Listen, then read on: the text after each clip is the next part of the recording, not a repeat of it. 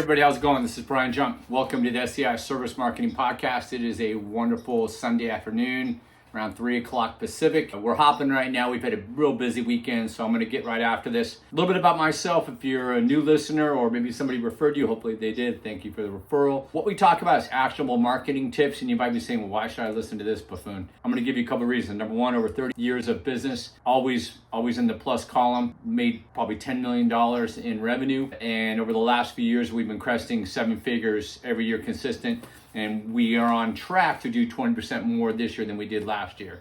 So we're about 15 to 20% growth year after year. And that's just by implementing a lot of different things, which I'm actually going to talk about because somebody hit me up and said, Brian, why don't you talk about yourself, a little bit about the growth? Maybe we get some lessons from that. So thank you for that. So Johnny, we're going to get into that on your cue.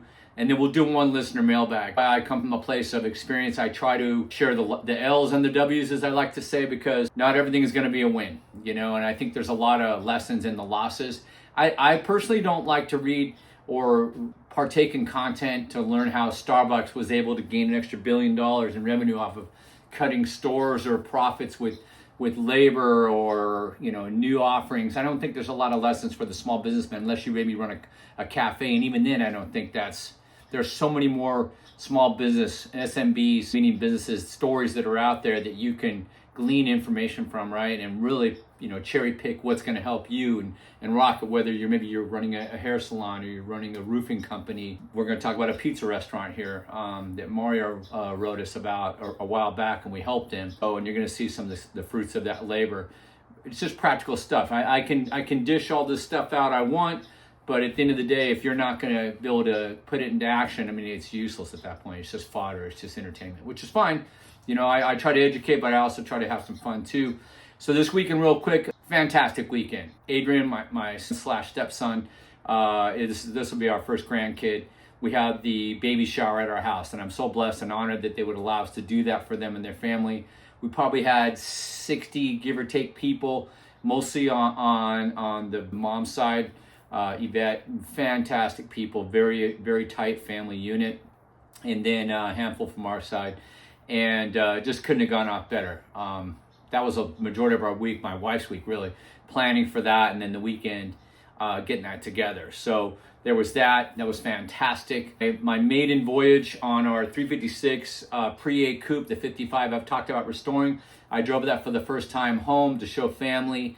And that was, whenever you take a maiden voyage on a brand new resto car, you just don't know if you're going to get there. I didn't drive it around too much. I kind of believed in my team, and I did. I got there. There were some hiccups, of course, when you're building a car that hasn't been on the road for probably 40 years, maybe 50.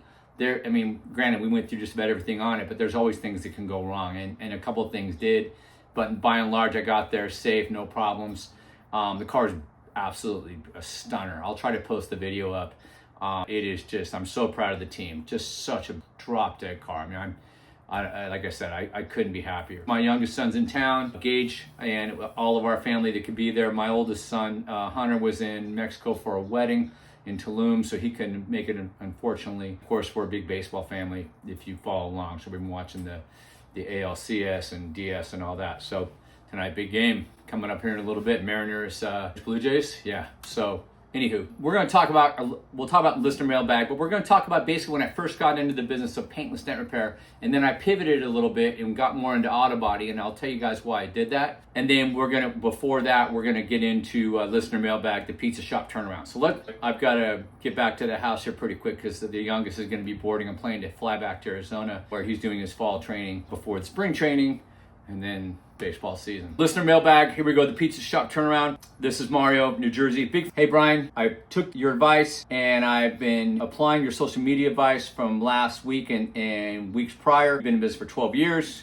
We were getting crushed by rising costs and competition, and honestly, I was about ready to call it quits. After listening to your episode about the $0 marketing plan, I realized how weak our local visibility was. We followed your advice, cleaned up our Google business listings, added real customer photos, started posting short videos of our dough making process and sauces, and asked happy customers for reviews right on the spot instead of after leaving, which is a good idea, by the way, Mario. Within 2 weeks, our calls had doubled, and one local paper even featured us after seeing our Google reviews shoot up. We're now doing about $2,500 more a month, and it didn't cost us a dime in ads, just time and focus. Thanks for lighting a fire under my, he said the word ASS, I'm not gonna say it. This is a kid show. You saved our little family business. Hey, Mario, thank you for saying that. We've been talking to Mario a little bit before even that last episode about social media and kind of helping him out with Google business and all that optimizing. He's gone up another, 20%, I think it was. I mean, I can spit gems and knowledge, but if somebody doesn't have time, wherewithal, the resources to implement, what does that mean? It's just like I said, it's just fodder. It's just internet dribble. Really stoked for Mario. Thanks for writing in, Mario. Continue to follow your story, and hopefully if you need any help to keep you guided on the right path. Let's get into the backstory of what was originally Superior Dealer Services. When I first started in 1992, that was a dent repair mobile service that one of the first people in the county, I think it was number 3 or number 4 in Orange County, California. I was fortunate enough to get trained by the second or third person. Rich was his name, did a great job training me. And what we did was we mostly just did dealerships for our service. Right out of the gate, I think the first month I was around $6,000 net, and then after that it was about 10 to 12 grand. So our first year was right around 100 to 120 grand gross, but slash net, because we didn't have a shop. I really didn't have other people helping out. And that was good money. Don't get me wrong. I was running a nice place down by the beach. I bought a Harley Davidson as a little weekend cruiser. I bought a Toyota Tundra. And I was, like I said, single, 26 years old, just on top of the world, right? But I knew I wanted to buy real estate, and I was looking around at the properties at that time, and they were $500,000 up in that area. And I'm like, man, I'm doing well.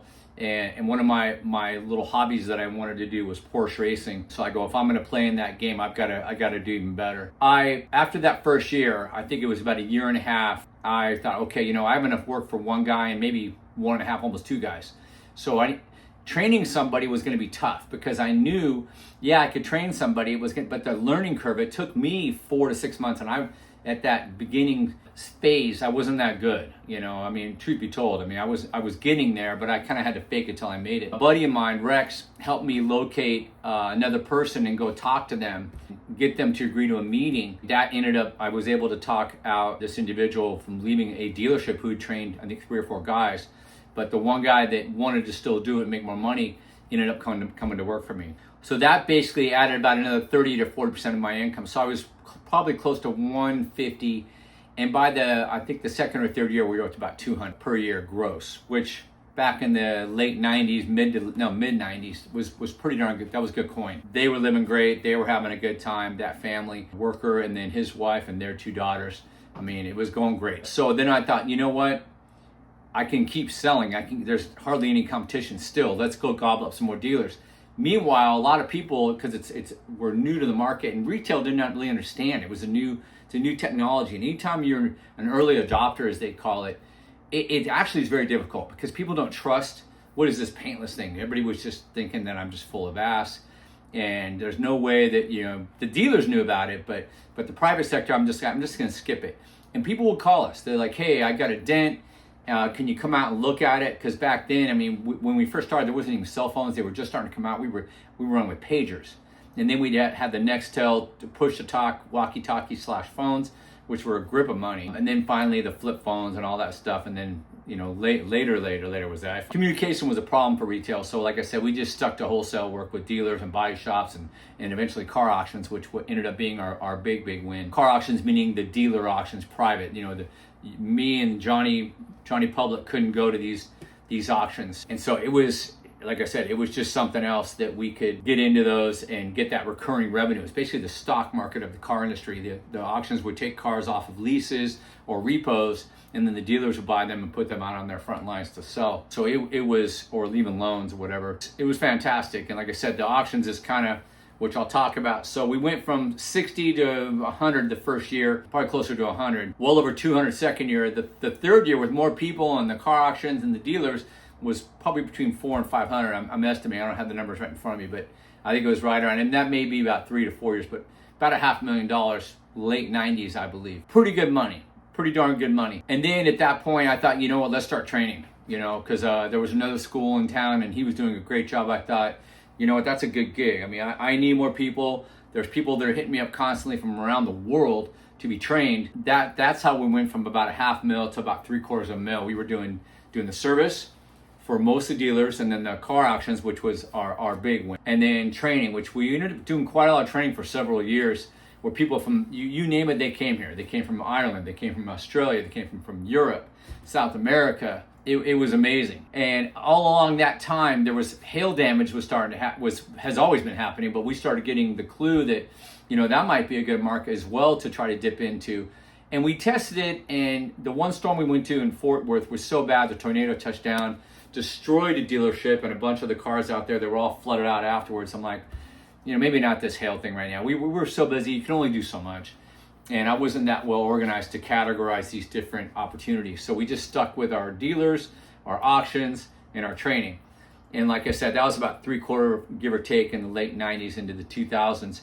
At our peak, I think we had 10 or 12 guys working for us, mostly on contract, free to do what they wanted to do, but then they would go do some dealers for us and all that, and the auctions, and it was good times. And then what had happened was our 2 or 3 of our main car auction accounts, this is just demo, I'm not doing much of paint or anything else, which was nice. It was nice to just focus, not have to deal with any of those other things. We ended up losing due to a couple mergers. Our two, basically we only had 2 big accounts at their auctions, and they accounted for 6 figures plus, big money every year, not including the dealers. And I'm like, I got to reinvent this, because we tried to get other accounts, but big corporate dent repair companies existed, and they would go at losses, or they would send salespeople and girls and you name it, entertaining, buy cars, pools, houses for these auction people, because the business was worth so much money, and I couldn't play in that game. I was just a small fish in a huge ass lake.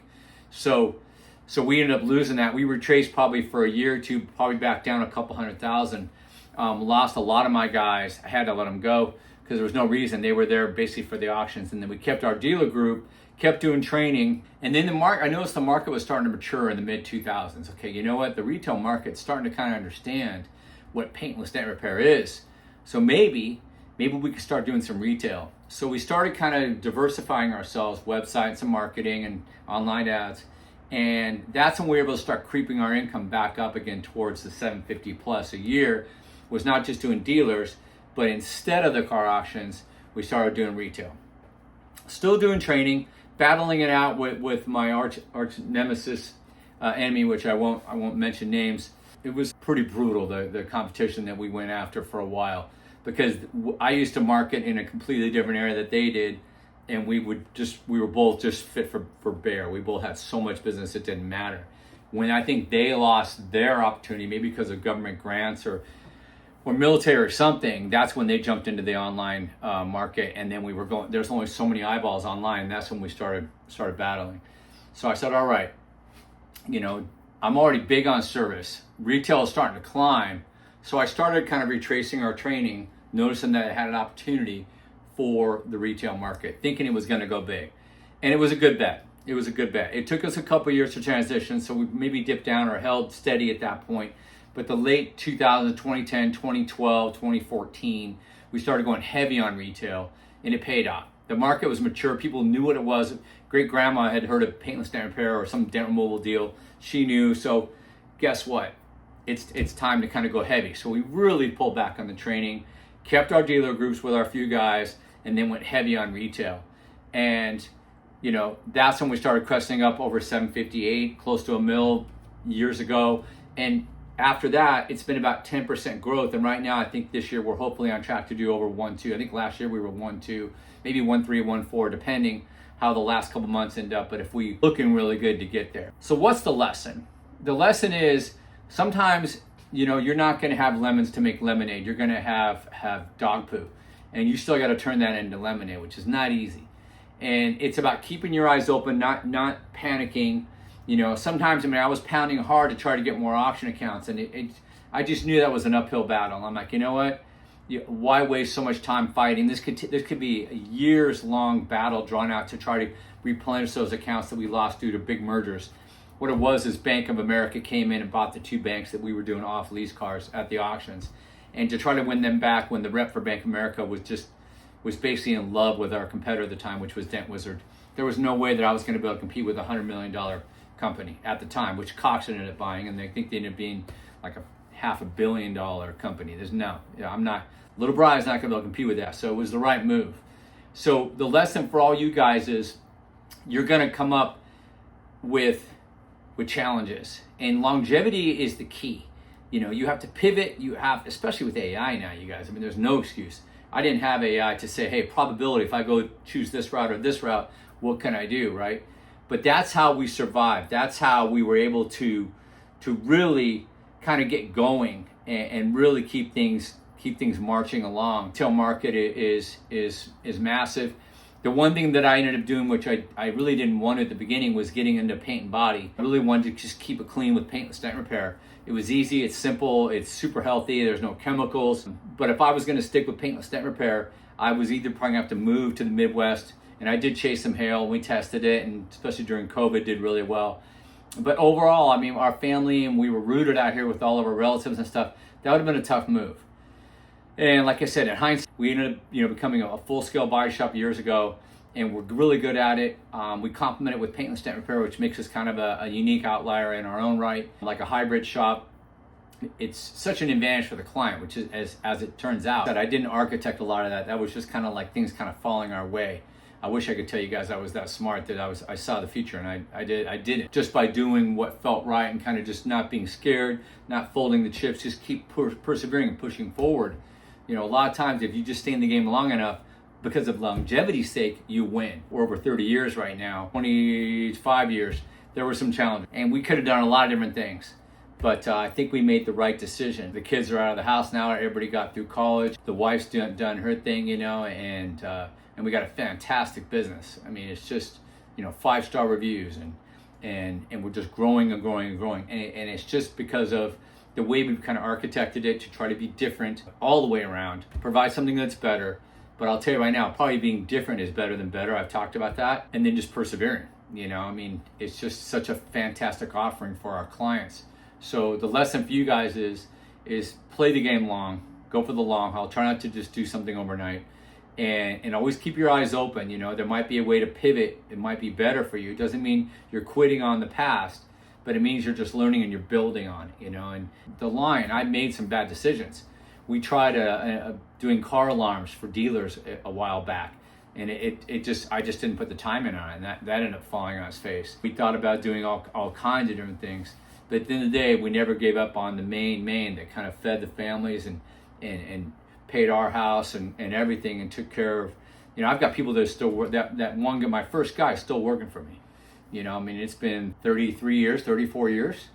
Going on our 34th year, he's been with me, and his girls are raised and out of the house, and all our kids are growing up and pretty much out of the house. So it's like, we're thankful, for the health, for the opportunity from a business standpoint to persevere and everything. So I hope that lesson and that group of lessons translates for any of you guys out there. I hope that this helps somebody, because business can be tough, it can be grueling mentally, let alone physically, and there's some tidbits in there, I think that if you guys were able to follow along, that will help somebody. I wish somebody would have told me some of the stuff that I'm talking about here, because I mean, even just starting a business, it takes a little bit of thick skin. You got to have some faith and trust in just yourself and your family and the ones around you. They have to believe in you too. And then at that point, persevering when I can't tell you how many people in the PDR industry in this area. The guy that trained me quit a long time ago. The other guy that was trained alongside him got out of the business years ago. They just either didn't want to make it or couldn't make it. And I wasn't going to give up. No way. That company that I used to compete with for training, they're still in business. I believe they're still doing really well. We don't do a lot of training anymore, just like I said. I mean, that was a battle I could have taken on, but it's about letting your ego down. Don't have a big ego and just go battle because somebody calls you out or whatever. If it doesn't make sense, fight the fight that makes sense is basically what I'm saying. That's it. I'm going to hop out. It is 3:30. I got to run back to the house. The youngest is going to be catching a flight here in about 30 minutes. We got to run him up. Love you all. Have yourselves a great rest of the weekend and a great week. We will catch you on the next Service Marketing Podcast. Bye-bye for now.